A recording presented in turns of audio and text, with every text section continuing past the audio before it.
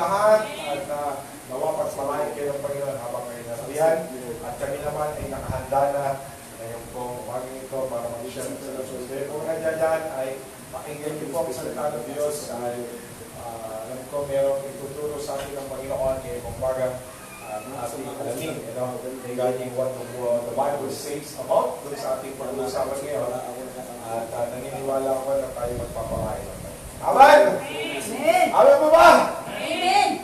Okay, yung ating pang tema before I pray ay what the Holy Bible says about COVID pandemic.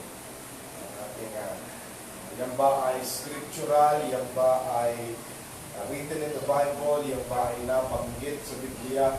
Yan ba ay kalooban ng Diyos? Yan ba ay kalooban ng tao? Yan ba ay sinadya o napapanahon? So, yan ang ating pag-uusapan. Tututok tayo dyan para malaman ng simple na ating inisipan, what's really happening sa ganitong pangyayari sa ganitong pangyayari. At naniniwala ko ang Panginoon, ang Holy Spirit ay tutulong sa atin para magpaliwanag patungkol sa nangyayari sa ating pagsasabi. Manalangin po muna tayo, lahat po tayo ay yumuko. Respeto tayo sa ating Panginoon. Manal na Diyos, sinandog namin ang aming pong panambahan ngayong umaga. Katatapos lang namin po magbigay sa iyo ng awitan at papuri. We are very much thankful for your goodness and faithfulness upon our lives. That we still right now, we continue to give God praise through praises and singing glory before you, O Lord God. Kahit Panginoon ay may pandemic, ang aming bansa, hindi ito makapaghinto sa aming pasasalamat at pagpupuri sa iyong banal na Ama. Kaya ngayon po umagang ito, nagpapakumbaba kami, Panginoon, at aming hinahandog sa iyo ang aming pong gawain. Marami rin, Panginoon, na mga lingkod mo throughout the world doing live streaming. Sapagkat nga po ay merong announcement sa buong mundo na ipinagbabawal ang maraming pagkakatipon. At patuloy na sinasabi nila na merong social distancing.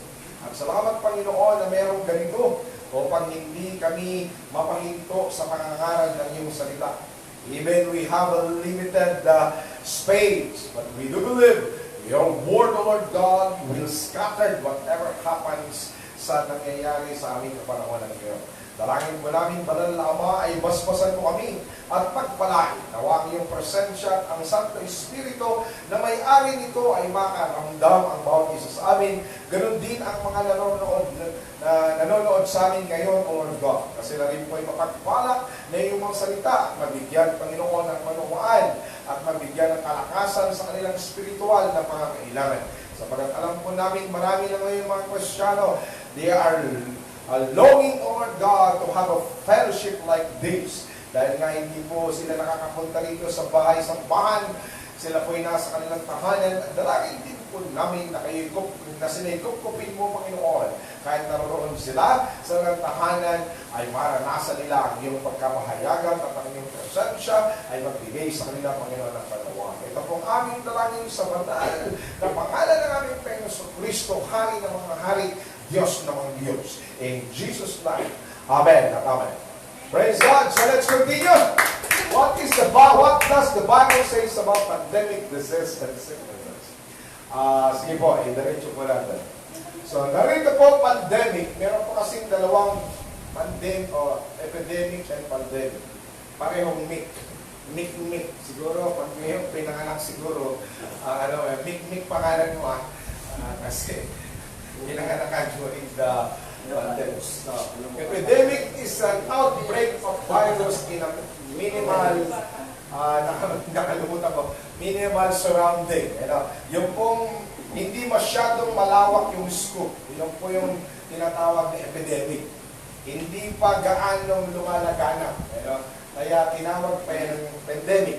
Bakit po kayo na iba naging pandemic? Kasi po ang pandemic po ay is a widespread scope over the world. So, ibig sabihin, ito pong ating naranasan, di ba, pasimula po ito sa Wuhan, China, isa lamang syudad sa China na marami rin naman populasyon, pero sa ilang linggo lamang na lumipas ay kumalat na buong China At kumalat na nga rin sa buong mundo. Kaya tinawag na nila pandemic virus o pandemic diseases na hindi na nila makontrol ang pagkalat nito. Kahit nilagyan po nila ng boundary, nagkaroon po sila ng boundary, hindi ka na makakalusot, in-sprayan nila ng maraming spray, pero the pandemic or the viruses ay nagpatuloy maglakbay. That's why they call it pandemic.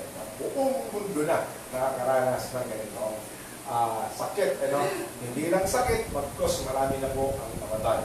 According po sa report, almost millions na ang namamatay throughout the world. So, ibig sabihin, hindi po gawang biro ang ganitong panipay.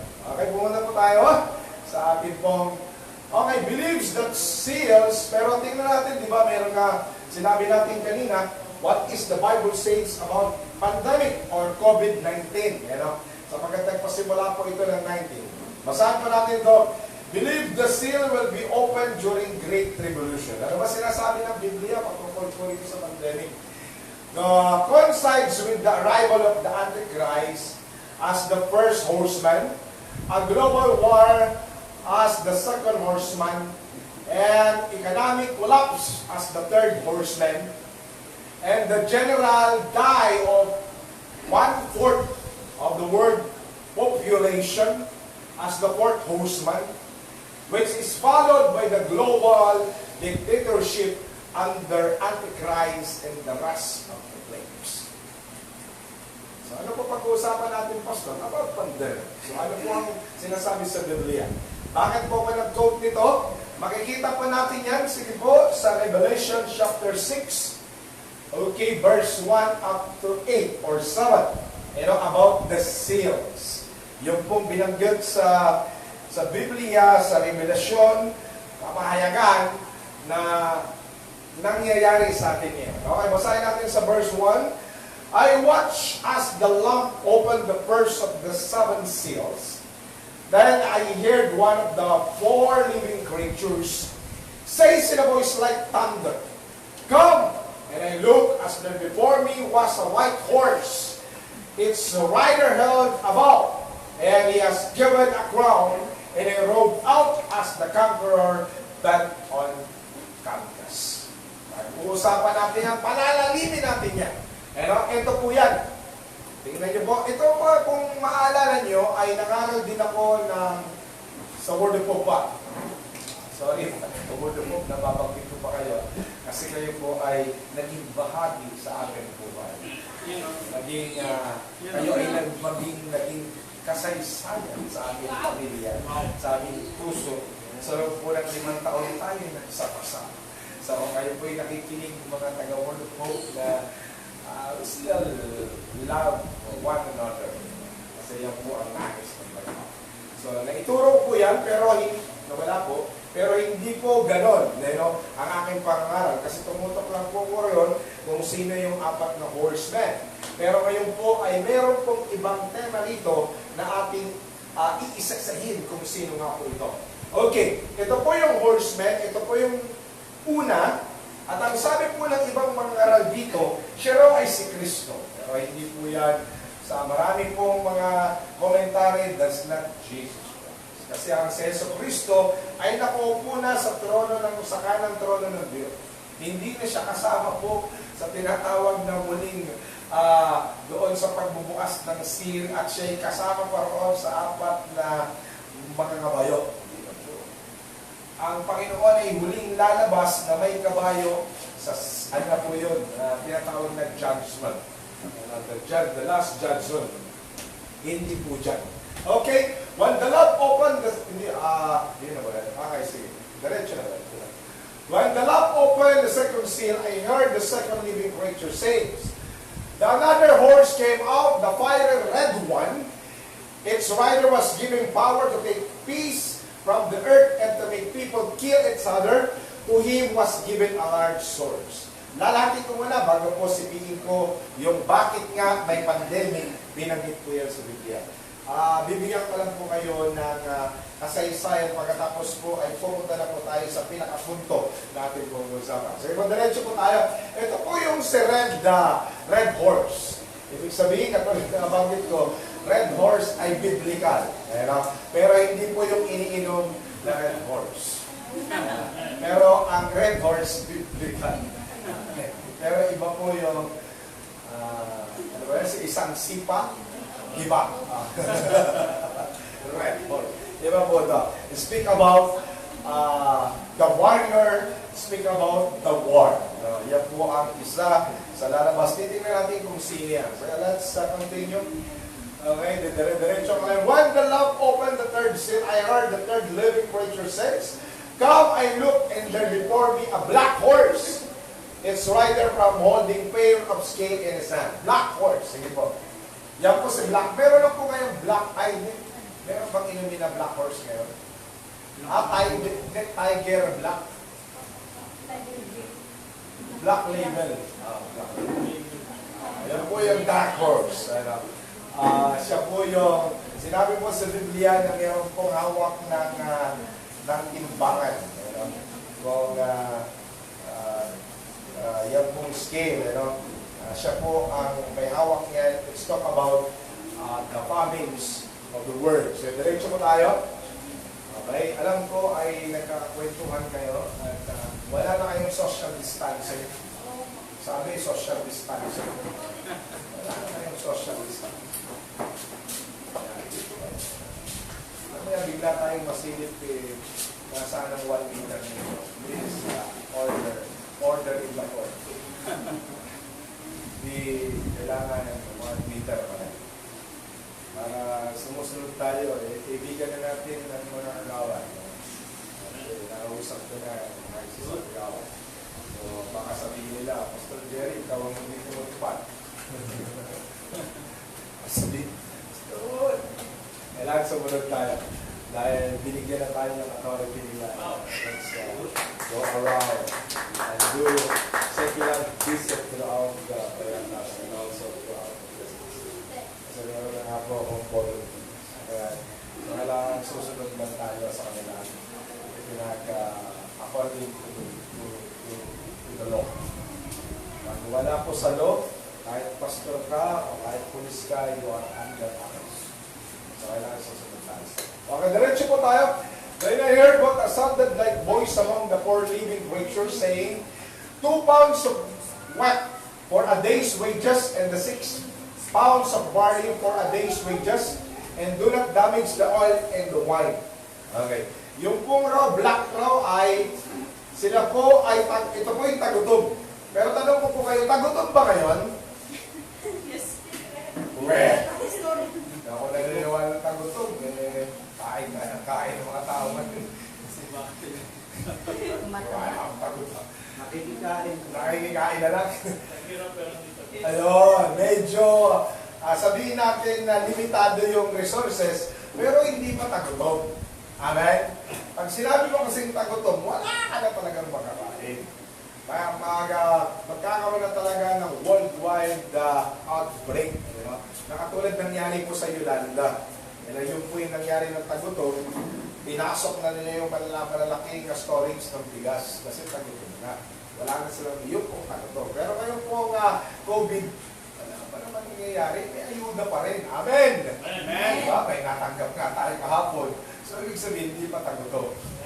Yung ano na yan, yung black horse na yan ay hindi pa ngayon. Hindi pa siya naililista o nagaganap. Nagaganap na sa part of South Africa na maraming nagugutom doon, nagiging Baldores. Pero still, wala pa po tinatawag na worldwide na tagutom. Okay? Merong mga bansa na nagugutom. Lalo na yung mga ilang lugar, pero hindi buong bansa. Mayroon ilang ibang lugar, no? Sa Africa na talagang butot-balat na ang mga bata. Pero salamat sa mga Pilipino, matataba pa rin, malulusog pa rin tayo. Amen! Amen! Hindi matataba, malulusog. Ayaw.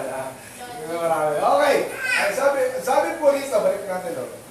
Sabi po rito, do not damage the oil in the wine. Pag dumating raw to itong black horse, ay sinaway siya ng Diyos na huwag mong gagalawin ang langis at ang alak. Wala talagang alak na yun. Lusot pa rin. Sawi ka pa lang. Bakit ang alak? Hindi. sinaway ng Diyos, huwag mong gagalawin yung alak, no? At saka yung langis. Bakit kaya? Tingnan natin. Ito po yung, sige po, ito po yung oil refinery. Ito po yung, sa Middle East po yan. Ang lahat pong malalaking refinery ng oil ay matatagpuan sa Middle East country. Diyan po lumulusot ang mga langis na nag-aapoy na lang. Kumbaga kung sa atin, sayang kaayo. Pero sa kanila, baliwala yan, kahit yan, umapoy na umapoy. Napakadami namin yan. Ayan. So, ibig sabihin, meron yan dahilan kung bakit pinatigil muna ng Diyos na wasakin ang oil bago sa muling pagbabalik niya. Ito po yung sa Kuwait po yan, the largest refinery in the Middle East.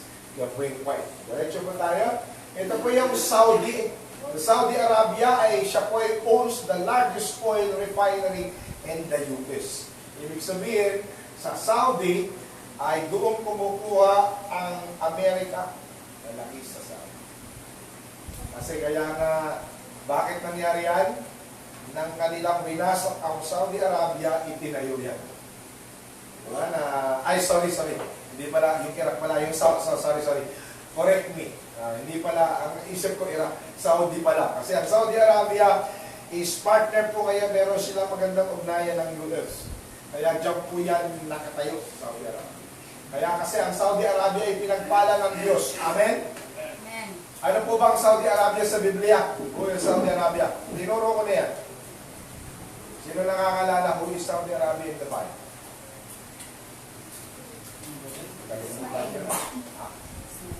Ismael, anak ni Abraham. Kaya pinagpala ng Diyos, kung paano pinagpapala ng Diyos ang Israel, ang Saudi rin pinagpapala ng Diyos. Kasi siya ang first son. Okay? So yan po yan. So diretso po tayo. Ito po yung Qatar naman. Qatar Oil Refinery is one of the largest oil producer in the world. Buong mundo. Ang Qatar. Ibig sabihin ng Qatar po ay maliit lang siyang bansa, pero sangkatutak na langis ang nasisip-sip sa kanilang kalupa. So ibig sabihin, yan po, bakit kaya sinabi ng Panginoon, wag muna? Kasi po ang Middle East country, malaking parte nila bago po wasakin ng Diyos ang buong. Okay, tuloy po tayo. Ano tawag doon? Why? Bakit sinabi ng Panginoon, wag mo munang galawin ang alak? Marami pa akong lalasingin. Buong Europe po, ang pag-aari po ng masarap na alak sa buong mundo, Europe country. Ayan po, Switzerland, wine refinery. Sige po, diretso tayo. Pinapakita ko lang sa inyo. London, England, wine refinery. Ito po yung pinakamasarap na isa sa pinakamasarap na alak sa buong mundo. Ang galing po sa London. Yan po ay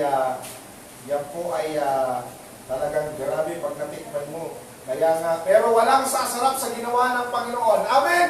Amen. Naalala niyo yung gumawa ng Diyos ang alak? Amen. Hindi galing sa ubas. Ha? Fountain. Sa kana, alak. Sa kana. Kana, hindi yung fountain. Tubig lang po yun sa banga. Kaya yun po ang pinakasarap na alak sa buong kasaysayan ng mundo. Wala roong makakahigit doon sa alak ng ginawa ng Panginoon. That's the holy wine. Ginawa ng Panginoon. So yun po, bakit kaya? Kasi po, ang London o ang England ay isa sa biblical prophecy na bago wasakin ng Panginoon o sa second coming of Christ, sila po ang isa sa maghahari throughout the world. Pinag-uusapan na po ngayon, pakinggan niyo po maigi ito.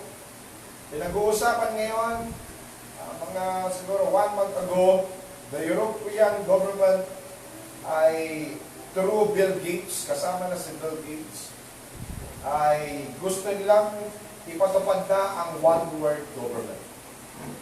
Alright? So, ibig sabihin, pag one-world government, iisa na lang ang gobyerno. At ayan ay gusto-gusto ni Antikristo. Ibig sabihin, isang batas sa buong mundo, isang negosyo, isang sistemang pampolitika, lahat na one world government. At pag mangyari yan, ang London po ay ang Europe po ay siya po ang magiging matatag na continent sa buong mundo. Kasi manggagaling sa kanila ang tinatawag na yung pong 10 daliri na pangitain ni Daniel kay King Nebuchadnezzar. They are 10 nation will rise up in the last days to rule the world. Yan. Sila po yung 10 manggagaling po sa Europe country. Tinawag po silang nakalimutan ko pangalan nila. Pero ngayon po sila ay 21, pero kung mawawala yung iba, matitira ang 10 na lang. European Union. Ngayon, ibahin na nila ngayon. United States of Europe. Diba meron pong United States of America? Itatatag nila United States of Europe. Iba na sila, state na sila. Tatapatan nila Amerika. Alam mo mga utak ng Diablo. Kaya hindi pinapagalaw yan kasi meron silang gagawin pa sa kaysaysayan ng mundo before Jesus. Okay, tuloy tayo. Dito tayo tututo. When the Lamb opened the fourth seal, I heard the voice of the fourth living creature says, Come, I look, and there before me was a pale horse. Its rider named Death. And Hades was following close behind him. They were given power over the fourth of the earth to kill by swords, famine, and plague, and the wild beasts of the earth. Ito po yan. Sige po, pakita natin. Ayan. Yan po na si kamatayan. Pero ito, tandaan niyo, hindi po yan makikita nyo. Ano sabi ni Pastor, maghihintay namin yung mga nakabayo. Hindi po yun na natural na nakabayo. Baka kanan, ha? Jet na kayo. Hindi po yan mga natural, mga... Saan tinuturo ni Pastor na 4 mga kabayo? Dahil hindi po yan literal na nakabayo. That's only representing a ruler, isang mga diktador na lalabas na magpapasimuno ng ganyang klase. Yung 4 ngayon. Pinamumunuan siya ni Antikristo. Diyan po tayo magpapasula. Sige, magdaredyo tayo. Ito po, sino itong rider of the white horse? Sino ba yung white horse na yan? Bakit ba binanggit ka unang-unang sa Biblia? Diba na sabi ko kanina, ang ibang mga katuruan nagsasabi si Kristo yan. Pero kung sisipiin mo po ang kanyang pag-uugali, hindi po siya si Kristo. Siya po ay Antikristo. Gagayahin niya po ang paglabas ni Kristo. Kaya nga po siya Antichrist. Kinokopyahin niya yung pagdating ni Kristo. Pero gagawin niya po ng isang magandang pagdating. Alalahanin niyo nang dumating si Kristo ay hindi alam ng buong mundo. Amen? Kayo pong nanonood, di ba? Dumating si Kristo ng lihim lang. Ang nakakaalam lang, sino? Ang mga propeta?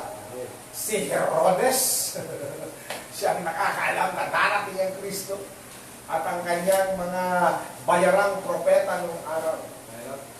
Lumapit sa kanyang isang propeta, ang sabi niya, mahal na hari, ayon po sa sinulat ng mga propeta noong araw, darating ang Kristo na maging hari ng Israel.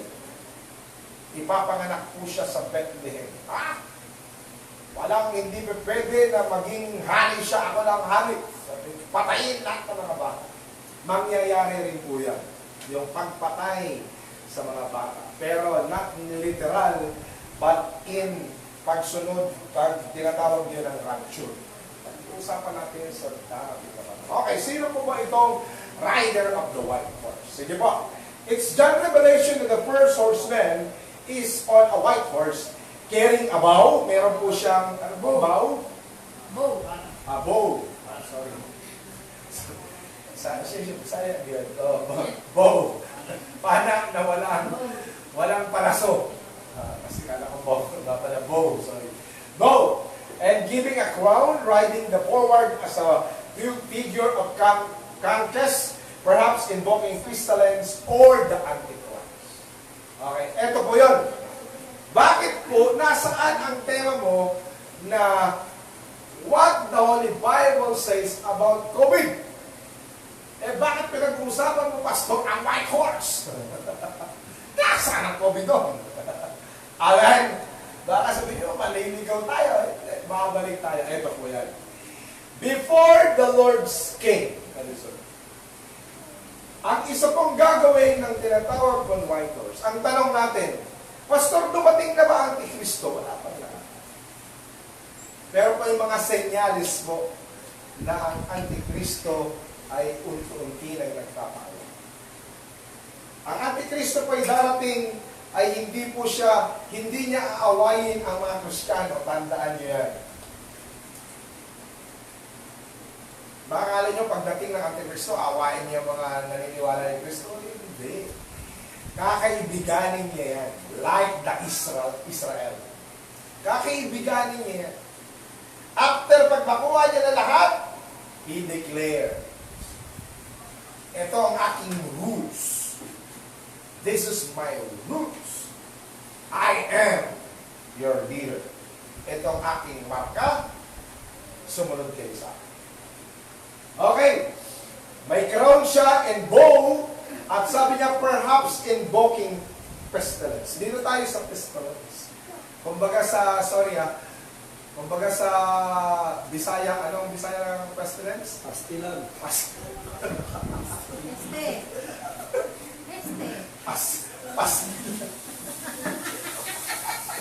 Nesya po kayo kay Pastor Joe. Pastilan po kasi, ay sa Cebuano, kumbaga para kang pasawal, pastilan kang bata ka, gusto kayo ang bigya pag sinakot. Yung kong pestilence sa Tagalog po ay peste.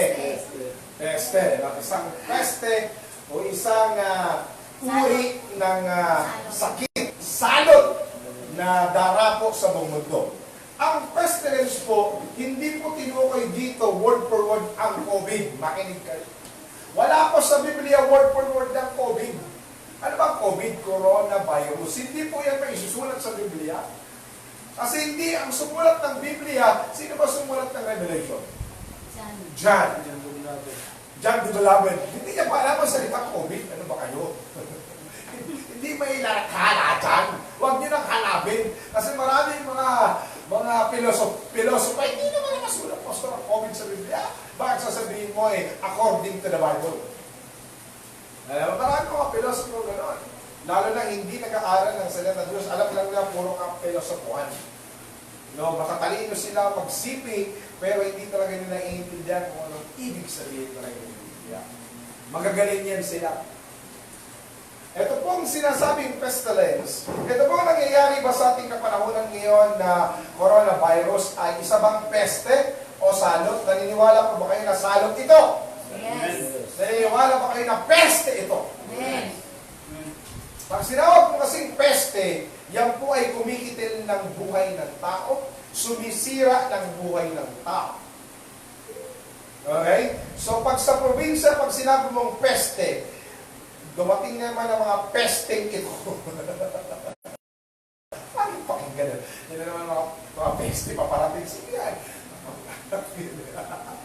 Alam gano'n Yung mga sinasawa sa probinsya ng mga peste, yung po yung mga bangaw, mga uod, mga tipaklong, mga kuhol, mga ano ba bang mga peste sa probinsya?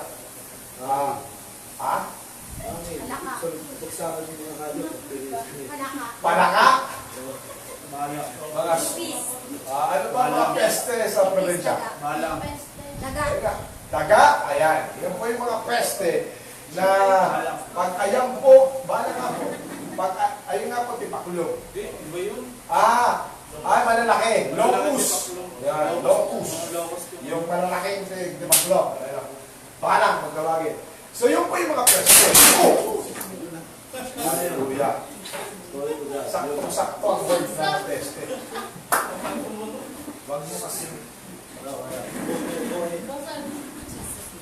Medyo lang po may announcement lang. Ang announcement po ay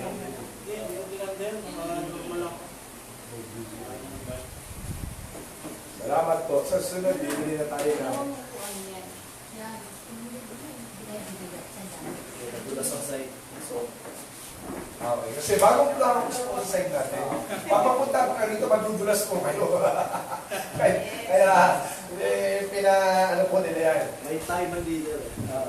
Kasi ganyan mga okay, nasa naman tayo. May balang, may balang. May balang. Basta-basta.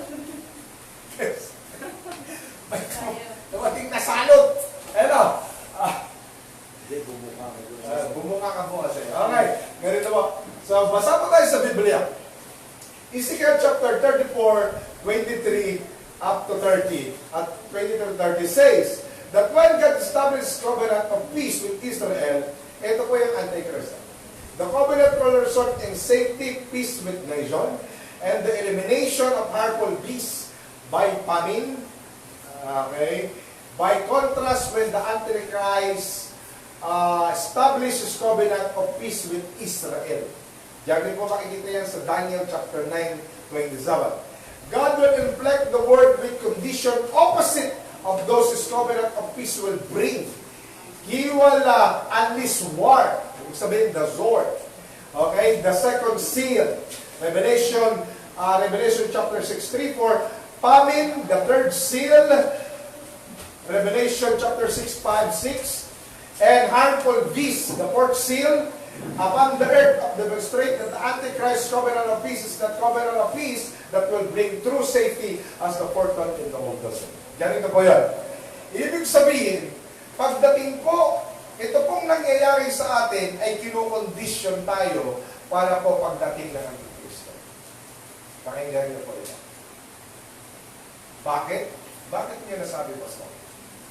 Ito po kasing worldwide, hindi worldwide, na pandemic nito, ito po yung unti-unting babagsak ang ekonomiya sa bawat bansa. Ang malalaking bansa ay unti-unting manghihina ang ekonomiya. Ngayon ay naranasan niya ng pinakamalakas na bansa sa buong mundo. Alam naman po natin kung sino ang pinakamalakas na bansa sa buong mundo. That was US. Bago po magkaroon ng pandemic, nag-prophecy po ang lingkod ng Diyos sa katauhan ni TV Joshua. Nag-prophecy siya sa US. Ang sabi niya sa US, US, listen to me, US government. There will come a time your economy will shut down. Wala mo pong COVID. Your economy will shut down and you will begin sinabi niya, we will experience drought in economy. At sabi niya, but the Lord says to me, concentrate on agricultures. Agricultures will help you to rise up again your nation. Sinabi niya, ni Joshua sa yung kanyang isang bago siya, napagkatapos niya ng bumaba galing sa bundok na nag-fasting ng 40 days. Sinabi niya sa US. So kaya ang ginagawa ngayon ni Trump, sinulatan niya si Trump, His Excellency President Donald Trump, sa blah blah blah blah blah blah blah blah. Sa nawa ay sumunod si Trump na palakasin ang agriculture sa Amerika para makabawi. Okay. Ito pong nangyayari sa ating kapanahonan ngayon. Listen to me, guys. Kayo yung nandun po kayo sa inyong mga tahanan. Ito pong nangyayari sa atin, kinukondisyon po ang mundo. Bago po dumating ang Kristo. Ito po yung tinatawag the way blood. Ito po yung tinatawag nila na red carpet. Bago dumating po ang tinatawag the leaders of the leader. Leader of the leaders. Kasi po, pag magkaroon po ng tinatawag na worldwide economy, na pagbagsak ng economy, bubuo po ang malalaking bansa sa pangunguna po ng Europa ng isa pong panukala na magkaroon na lang ng isang sistema ang buong mundo. At pangungunahan tayo ng isang magiting na pinuno. Hindi pa nila binabanggit yun. the one who will save us in this kind of darkness in our life. Yan po ay kinukondisyon lang. Biblical po yan. Na darating ang panahon na ang bawat bansa ay lalapit dyan sa isang samahan. Kung sa Europa man yan, mangungutang ang bawat bansa at pinautang ng bawat bansang naging Siyempre, kanino ka masusunod doon sa nagpautang sa iyo? Yan din ang gagawin ng Israel. Sila rin ay lalapit sa isang the strongest man, the leader. Kaya nga, di ba, binanggit natin, the Antichrist will establish peace with Israel. Hindi po yung Antichrist na may sunga, yan po ay great leader of the nation. At kanyang tutulungan ng Israel. Ano ba? Ako ang magiging katulong mo. Ako katulong mo, Israel. Ikaw, tutulungan kita. I am your Savior. Kaya po ito, tandaan ninyo, ang bawat nangyayari sa atin ngayon ay tumutugma sa sinasabi ng Revelation. There will come a time na ang pestilence o salot ay mararanasan sa buong mundo. Ilang beses na ba tayo nakaranas? Sa bagay, ang Yolanda ay Pilipinas na. sa lang yun, Pilipinas na. Part of the Philippines. Pero ito pong corona, sinig po ang buong mundo. Walang sakit na kapag-shake maliban. Dati nagkaroon ng Ebola virus. Pero na-control ka agad. Malaria na-control po agad. Nagkaroon na actually ng coronavirus long time ago. Pero hindi pa talaga yan po ang tinatawag na pandemic. Tinawag lang po nila yung epidemic dahil konti lamang po na. At bakit nagulat ang buong mundo? Bumalik uli si corona. Sabi niya, hindi niyo pa okay ng coronahan eh. Kaya babalik uli ako. I will come with revenge. And I will kill. Kaya yan ay nabasbasan sapagkat ayan po ay nilalathala sa Biblia. Yung pong rider of the white horse, magkukunwari lang po siya na malakas siya, pero meron siyang sa likod na gagawin isang proseso para maramdaman ng buong mundo. At siya ay magpapakilala. Alam ko kung saan siya darating. According to my friend, sabi niya sa akin, Pastor, darating siya sa Bellevue. Bakit? Brussels, Bellevue. Bakit po sinabi na Antichrist will come to Brussels, Bellevue? Alam niyo po ba Brussels, Bellevue? Saan siya makikita? Saan kontinente ang Brussels, Bellevue? Ang Belgium po ngayon, naroon po sa Brussels, ang the biggest and the largest computer throughout the world. Nakatala na po almost 6 billion people sa computer.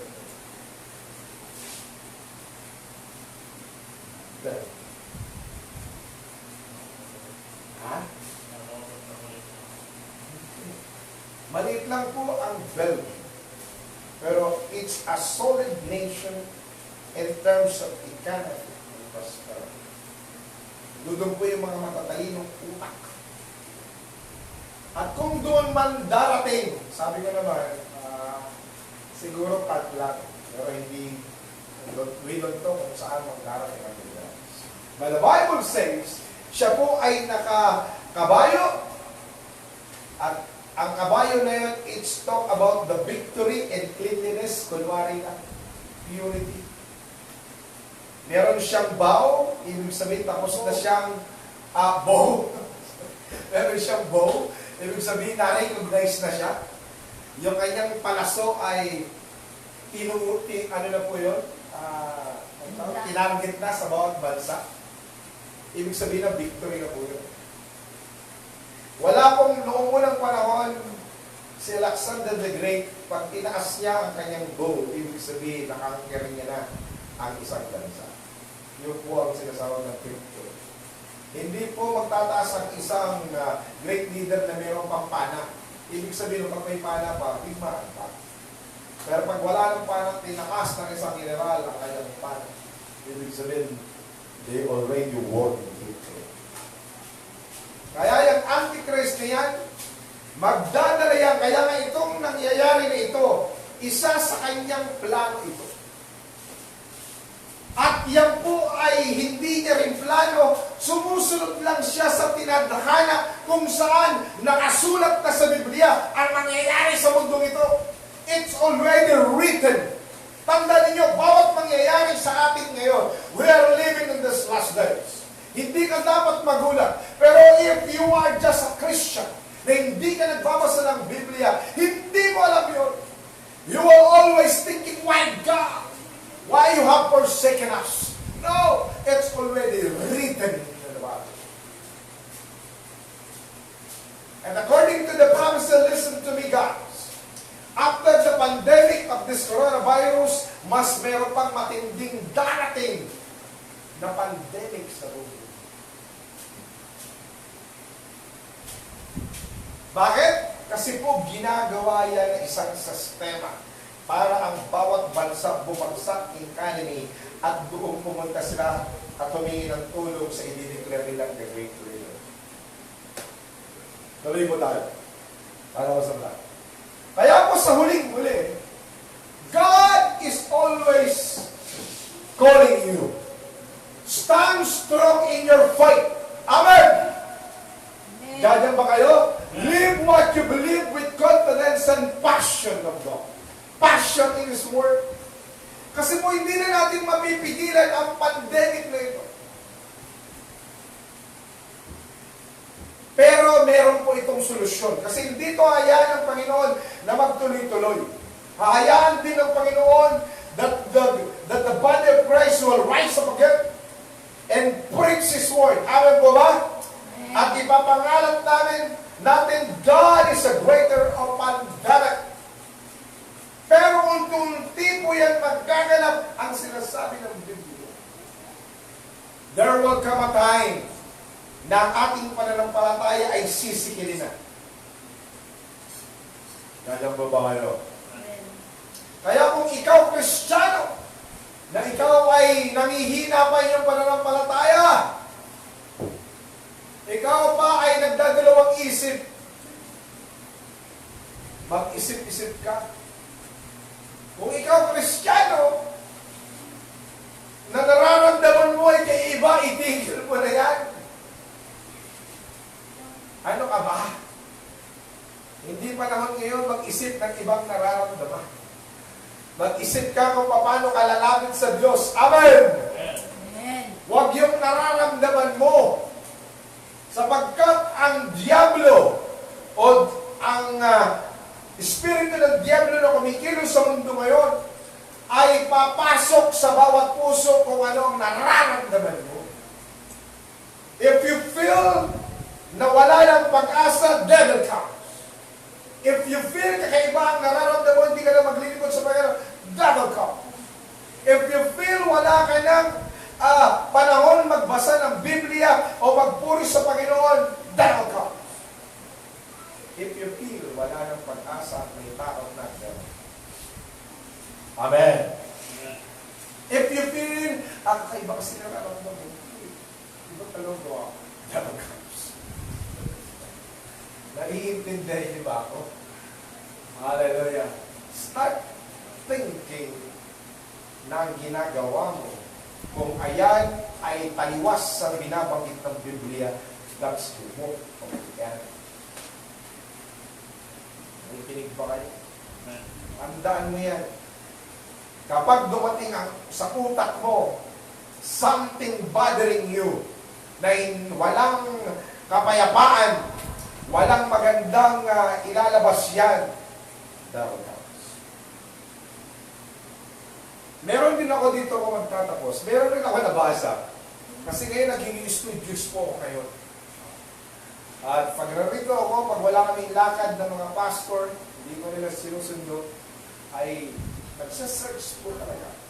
Pag nagsasearch ako, mayroon doon nag-pop up doon sa aking computer na ang sabi niya, merong 4 na mga na mga kabayo rin darating.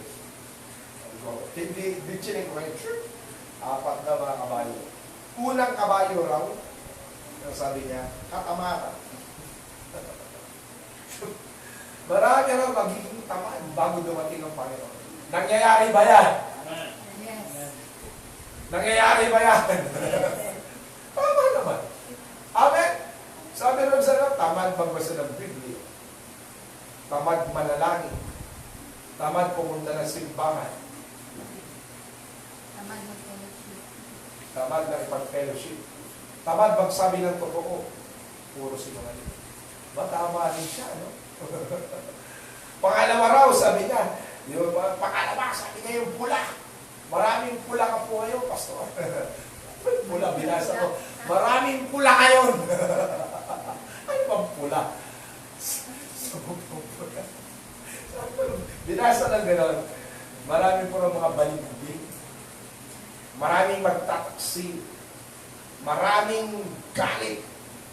Maraming puot. Maraming hindi magsasabi ng katotohanan. Hello? Tama naman din. At sabi niya, meron pong itim. Totoo naman. Kahit wala pa naman niya, marami talagang itim. Itim na binabalak. Itim na utak. Itim na pananahaw. Itim na budhi. Itim na budhi. Ano sabi niya? Alam mo, panghuli-huli, sabi niya, nakalagay ng panghuli yung pagkain. Sabi mo, bakit pagkain? Itagutom. Ano nga, patayan nga rin. Sabi na hindi. Ito pong panghuli. Marami ngayon, bago rin dumating ng Panginoon, maraming kakain ng kakain at mamamatay sa kakain. Magyayari ba yan? Yes. Tama rin siya. Amen?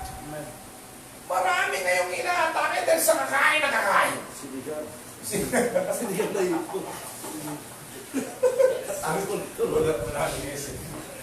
Marami po ngayon. Kaya nang nagpapapilok yun, natawa ko, pero that's true. Marami na namamatay ngayon.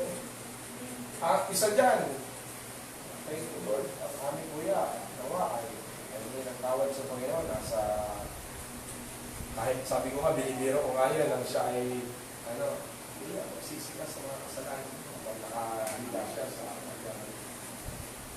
Kasi kinamatay nun, katakaw.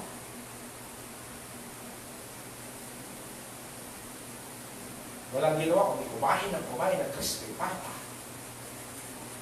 Lechon. Sarap. Meron akong kilala ng ganyan. Sisig, ang hilig kumain ng mga, lechon kawali. Kilala akong Sarap ng ganyan. walang ginawa kundi kumain. Oh. Kaya pagising sa umaga, sabi, buti naka-recover. Kilala ko rin eh. Hindi ko na babagin yung pangalan, pero kilala nyo rin yun. Tama naman! Kasi sabi niya ng isang author, sabi niya, darating panahon, may kahirapan niya, pero hindi mo mapipigilan ng tao kumain. And then death comes. Pero hindi ko sinasabi na hindi tayo kakain. Amen. Kakain tayo. Pero wag po sobrang labis. Amen. So itong pandemic na ito, na sinasabi ko pa sa inyo kayo, na naranasan natin ito, that's biblical. Written in the Bible in Revelation chapter 1 here. Pestilence will come before Jesus. Nawa, pag dumating ang panahon na mas grabe pa sa ng coronavirus, tayo po'y magiging matatag sa ating pananampalataya. Amen po ba? At kayo rin na riyan. Amen! Mga kapatid na manonood, kung nanonood mga kayo. Last, ang sabi po rito, last po, be on your guard, stand firm in the fight, be courageous, be strong. 1 Corinthians chapter 16, verse 13. Amen po ba?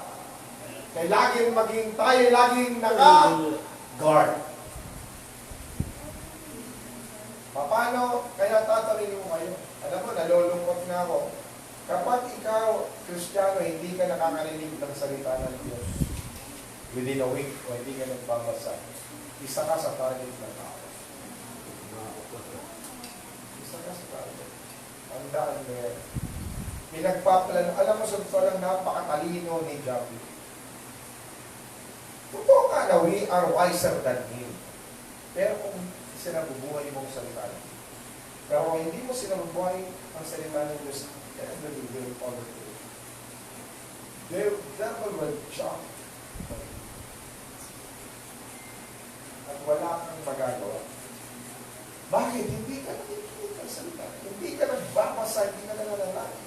Kahit anong rebuke mo sa job, hindi aalis. Naalala niyo po, dito na po magtapos. Naalala niyo po ba yung nangyari? I think it was Acts 22 or 23, correct niya kayo, mga pastor.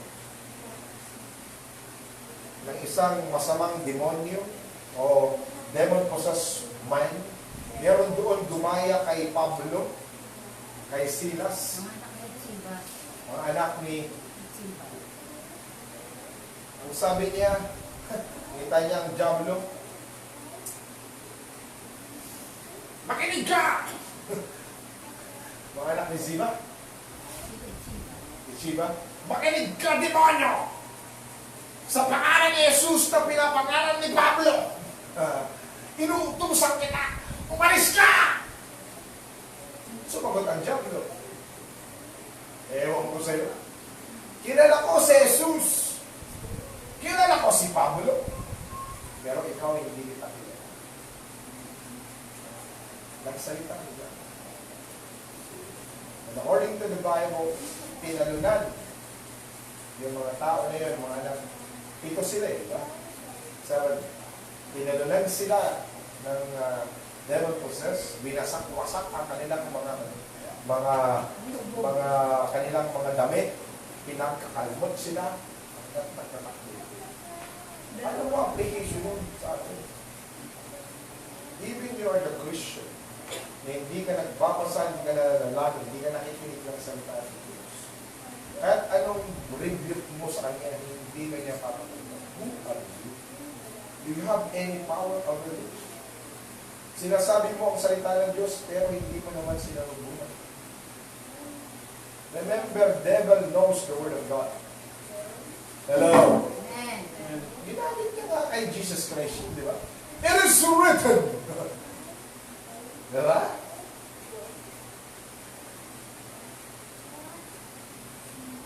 Hindi hayaan ng Panginoon na mapisod ang iyong mga paa at ang kanyang mga anghel alalayan mo ka. Ayos na yung job.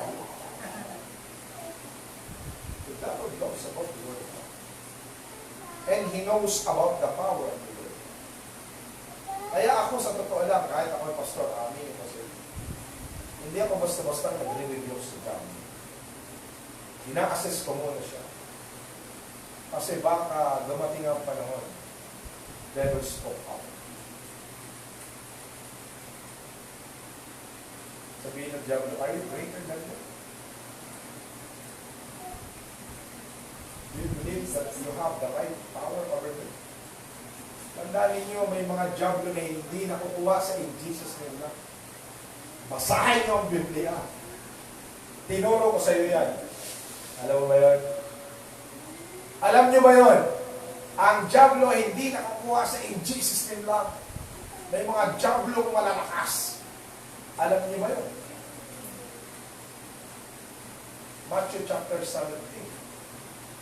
After Jesus Christ, na iba ang inyo, kasama niya si Santiago, Juan, at Pedro. Bumaba sila sa bundok. Naiwan yung siyam. Hello? Dinala nila ang isang bata. Rebuke sila ng rebuke. Sa pangalan ni Kristo na amin, Panginoon, lumayas ka! Hindi nila mapalayas! Siyang yun na disipulo ng Panginoon, always, ever, night, and day, kasama ni Jesus. Pero the devil, ano ka, the devil will not listen to the 9 disciples. Pero nang bumaba ang Panginoon, Dumating ang tatay, Panginoon. Tinala ko sa sisiyam yun na alagad eh. Hindi naman napaalis. Dahil ang Panginoon, mawala ngayong pananampalataya. Hanggang kailan ako makikisama. Dalhin yung bata. Kama! Ano ang sinasabi? And this time of pandemic, pag ikaw ay hindi ka talaga, your heart is not correct before the Lord. You're easily beaten by God. There's truth in that. Now listen to me, guys. This is not the day of rusting your faith, but this is the day of raising up your faith. Amen! Ulitin ko, this is not the day of rusting your faith, but it's time to raising up your faith. Hallelujah. Sabihin mo, Panginoon, forgive me for what I'm doing. Lord God, please give me enough strength. Dumating man ang pinakamatinding pandemic, ako'y maglilingkod sa iyo at hindi ako magagalaw kahit anumang pagsubok sa buhay ko. Amen!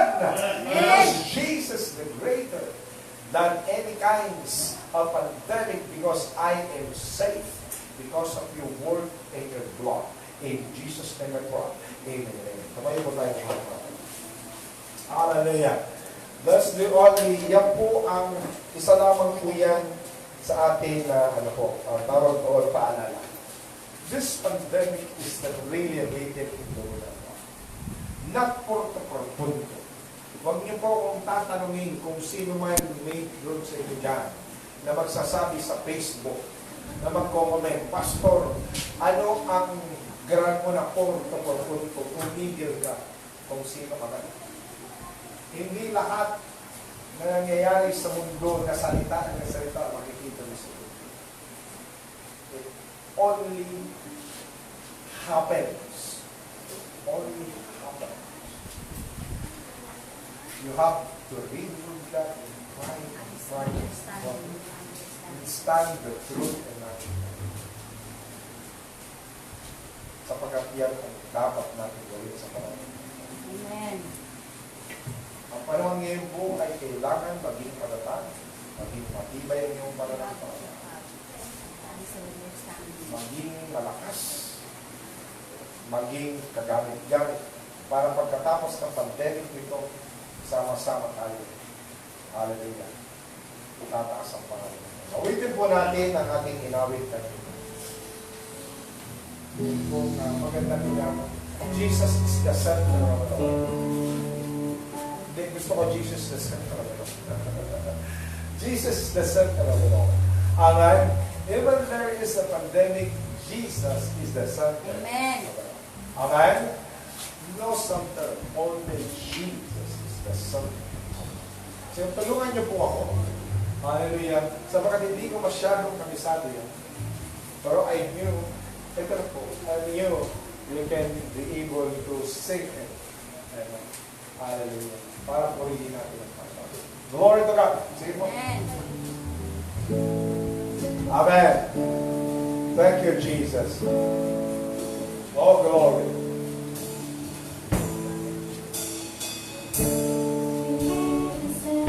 Amen.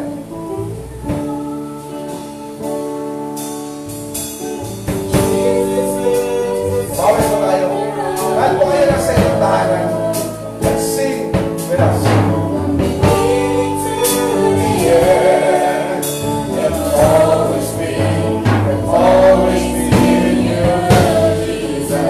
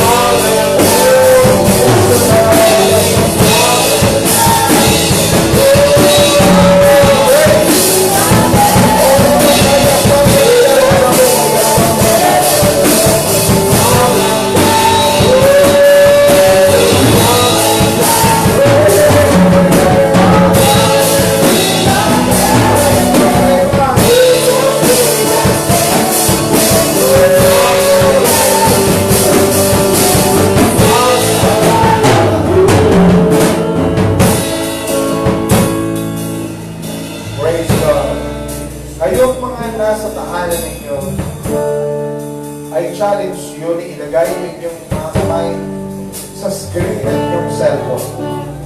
Lahat mga nanonood, lagay mo ang iyong kamay sa screen ng iyong cellphone. At ako'y mananalangin sa iyo na ikaw ay pagpalain basta sa iyo habang naririyan ka sa iyong tahanan. Oh, in the name of Jesus, lahat po ng aming mga kapatiran na hindi po namin nakakasama linggo-linggo, and because of this pandemic COVID-19, oh God, we pray in the name of the Lord na pag-ingatan ang kanilang spiritual na pananampalataya, na sila o Diyos ay maging malakas kahit naririyan sila sa kanilang tahanan in the name of Jesus.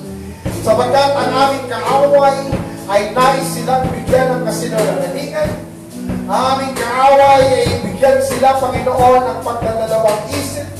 Ang aming kaaway ay nais silang bigyan ng takot at pangamba. And right now, in the name of Jesus, I declare strength upon strength in the name of the Lord. Ng bawat isang mga anak ko na kahit lamang, Panginoon, sa cellphone na nanonood o kaya bayan live streaming, ay pagpalain mo kanilang buhay. Palakasin mo ang kanilang spiritual na pananampalataya. Bigyan mo sila, O Lord God, ng tinatawag na palalim na pag-unawa sa iyong salita, O Lord God, na hindi sila, Panginoon, manlalamig at manghihina kahit hindi po sila nakakarating dito o nakakasama namin in Jesus' name. At aming, Panginoon, sinasaway ang anuman mga disturbances sa kanilang tahanan, Panginoon.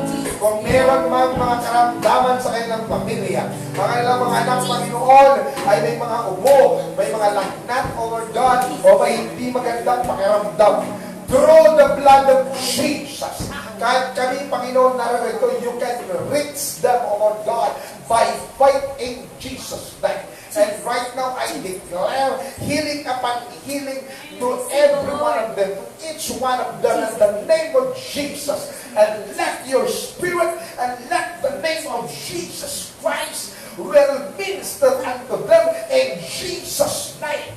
And right now, I speak strength and fight will start, O Lord God, to make their spirit, O Lord God, na maging malakas, Panginoon. Sa pangalan ni Jesus, salamat po, Lord Jesus, ng lahat din ng kanilang pangailangan, financial man yan, O Lord God, material man yan, lalong-lalo na, Panginoon, sa spiritual. Meet them all in Jesus' name.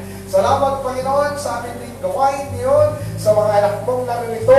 Salamat sa iyong pagpapala. Nawa ang narinig naming salita, Panginoon, ay hindi lamang sa aming tenga. Hindi lamang, Panginoon, sa oras na ito. Bagkus ito, Lord God, ay pumasok sa aming puso at ito'y isabuhay po namin upang maging sandata namin sa anumang sakuna, anumang mga problema na darating pa sa aming buhay. Ito po aming dalangin sa pangalan ni Jesus. Amen at amen.